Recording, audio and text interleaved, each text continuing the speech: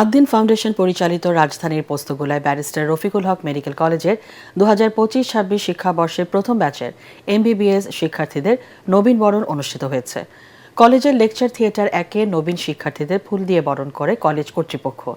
ওরিয়েন্টেশনে প্রধান অতিথি ছিলেন আদ্দিন হাসপাতাল ও নার্সিংয়ের মহাপরিচালক অধ্যাপক ডাক্তার নাহিদ ইয়াসমিন। বক্তব্য রাখেন ব্যারিস্টার রফিকুল হক মেডিকেল কলেজের অধ্যাপক ডাক্তার আশরাফুজ্জামান, অধ্যাপক ডাক্তার রূপালী দেবনাথ, সহযোগী অধ্যাপক ডাক্তার রুকসানা আফরোজ সহ অন্যান্যরা।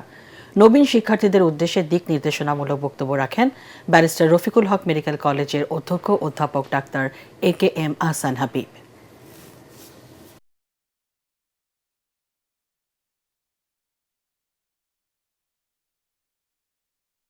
ডাক্তার হতে গেলে হসপিটালটাকে বলা হয় মেডিকেল স্টুডেন্টদের ল্যাবরেটরি। কারণ মেডিকেল স্টুডেন্ট শুধু বই পড়লে হবে না, আমরা বলি না পড়ো পড়ো পড়ো। বই পড়ার পাশাপাশি তাদেরকে রুগী দেখতে হবে, এক্সামিনেশন করতে হবে, আননেসেসারি ইনভেস্টিগেশন যেন না দেয় সেই ব্যবস্থা নিতে হবে, এক্সেস অ্যান্টিবায়োটিক যেন না দেওয়া হয় সেই ব্যবস্থা করতে হবে। সেই কারণেই এত পড়াশোনার কথা বলা হয়। এই মহেন্দ্রক্ষণ একটা আনুষ্ঠানিক সূচনা নয়, এটা একটা কমিটমেন্টেরও পালা।